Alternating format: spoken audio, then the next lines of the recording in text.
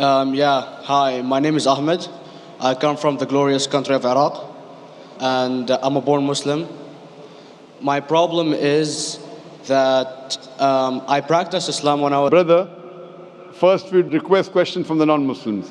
Once all the questions from non-Muslims are over, inshallah we'll give you a chance. Yeah, but I'm telling you my problem only. Okay. But you said you're Ahmed and you're a born Muslim. I am born Muslim. But now are you a Muslim or not? I'm agnostic. Oh, so now you have left the religion of Islam. Yeah, I'm confused. Okay, fine. If you have left the religion of Islam, you can ask the question, brother. Okay. So my question is, how come I don't have the faith that you and the other Muslims have and some of my friends, even though I practiced Islam a lot and I even did Umrah, but I still do most of the sins that are forbidden in Islam, and I sometimes am lazy to do the prayer and the other subjects we have to do in Islam. I have read many books and about other religions and conspiracy theories and documentaries and such. I even have seen your own videos on YouTube, and there are many questions that go around my head about Allah and the Messenger and Muslims in general. And basically the most important question is, you said in one of your debates or questions that Allah is the creator and He's uncreated. But I have realized, how can the uncreated exist? And if He exists, how can we notice Him? How can we see Him or hear Him or feel Him or know of His existence if He's uncreated in our own dimension or so? That's one of the questions. Brother Ahmed said that he is a born Muslim. He comes from Iraq.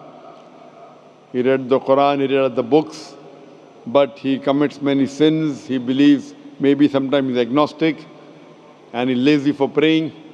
Brother, before I answer your main question, if you do sins and if you're lazy for praying, that does not make you a non-Muslim. As long as you believe that praying is fard, sometimes you miss, it's a sin. It's a major sin that you sometimes don't pray, but that doesn't make you a non-Muslim. If you say praying is not required, then you're doing kufr. But if sometimes you do sin, sometimes minor sin, sometimes major sin, it is haram, it's forbidden, but that does not throw you outside the fold of Islam. There are sometimes waswasa of the shaitan asking you, you're a Muslim, but this is wrong in Islam, this is wrong. And it does deviate the person's mind. At that time, maybe your iman may be low. But these things should not make you consider that you're non-Muslim. Regarding a question that I mentioned in my speech, and you're right, that Almighty God is the creator, but He Himself is uncreated. You ask the question, how can the uncreated, how can we see the uncreated? And how it's possible? Allah subhanahu wa ta'ala is Khaliq, is the creator. And by definition, He's uncreated. Because normally people say that when they try and prove in logic that everything has a creator, who created this table, the carpenter, from where he got, from the tree, who created the tree, so it goes back to Allah. So when many of the people try to convince an atheist, they try and say that everything has a creator, and then they get trapped when the atheist asks him, who created Allah? So if you hear my tapes, I never go that way. I ask the atheist that how did you come to know about the universe? How did you come to know about the functioning of the stars, of the sun? And he says, and goes back, that the creator. So it's the vice versa. So if you know how to deal with logic, you don't trip over this problem with the atheist trap, the Muslims or the believers, by saying who created Allah. By definition, Allah is uncreated. And if you ask the question, who created Allah? If you have heard my tapes, I give the reply, that suppose a person comes and says that my brother John. Yeah, I know, I saw that, I heard that's funny, but I mean, how does he exist if he's uncreated? Not that is Allah. Automated. Yeah. That's the difference between you and Allah. How does he exist? Means he was existing. He doesn't have a beginning. You and I have a beginning, that's human being. So that's the difference between us and Allah. You can't say that Allah has to be like us. If Allah is like you and me, why should we worship Him? I see, but have you heard of the phenomenon, the Big Brother? used by various orders and political agendas to control the people and such by implementing it into multiple gods, and then later on it became a monotheistic religions all over the world to make it easier for Big the Brother, people to... sorry, I've never heard of the religion Big Brother. It's not a religion. It's like a theory, an idea, basically. For What does it example, say? yes. What does this idea say? What does it say? Is that when you have a big brother, it's easier for you to live life. When you have someone watching you the whole time, understanding you the whole time, protecting you the whole time, being with you the whole time, and you can talk to him, although he never talks to you back, maybe in your dreams, do it to your mind and such, it's easier for you to live. While a human who does not have a big brother and is not easily controlled into doing so and having complete freedom is a danger for the major ruling powers and such. What does this say? I don't understand. Big Brother may be there, Big Brother may not be there. So what does it have to do with Islam and God? What does it have to do? Because basically Allah is watching you the whole time. So you want to knows... say that Allah is like a big brother? Indeed, you use him for your protection so you won't be scared. You know what I mean? See, this is the hypothesis. Hypothesis. If you have heard, how do I convince an atheist? If you have heard my answer, that you said that you're agnostic, you're atheist. Yeah. So first thing I do to an atheist is I congratulate him. What? I congratulate him. Have you heard my answer of atheist? Yeah, you congratulate them and stuff. But I haven't seen your debates with the atheist. I just saw your answers on some questions. Fine, so you haven't seen the answer of atheist. No, but I've seen your debate with David William Campbell. And that's William Campbell is not an atheist. Yeah. Now, when an atheist tells me he does not believe in God like your theory of Big Brother, yeah.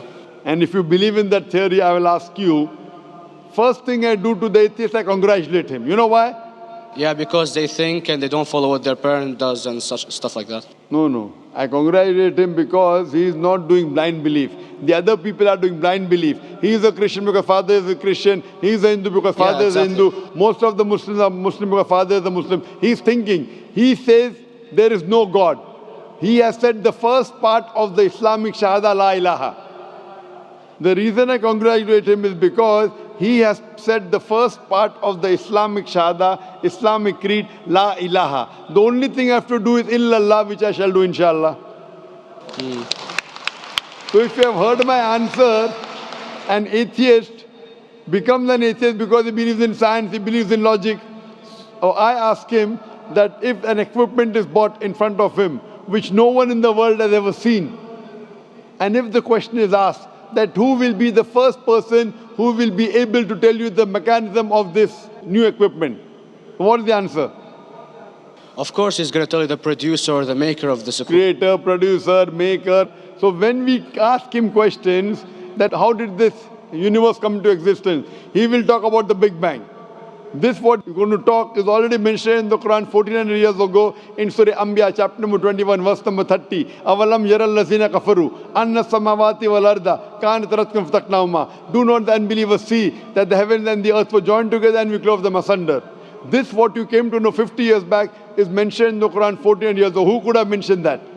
Well, in various civilizations in like 2000 or 5000 BC before Islam came or Christianity itself, there was various civilizations that are good in astronomy and they know more about our solar system than we do now, sadly. Brother, your knowledge of science is little, not in-depth. I do agree. There are certain things which were known as hypotheses.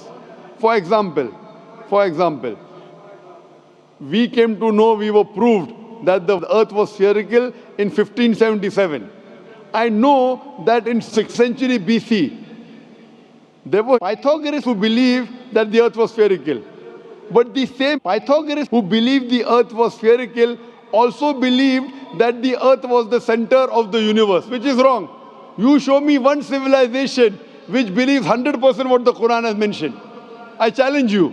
What you say, so do you mean to say there was a person who said, okay, this civilization, out of 100 things, these 2 things are right. Out of 100 things, these 5 things are right. Out of this 100, and picked and chose. Who can do that? No one besides the Creator. Even if you know that there were 10 different civilizations, hundreds of civilizations, there is not a single civilization that you know in the past which knew 100% of science what we know today.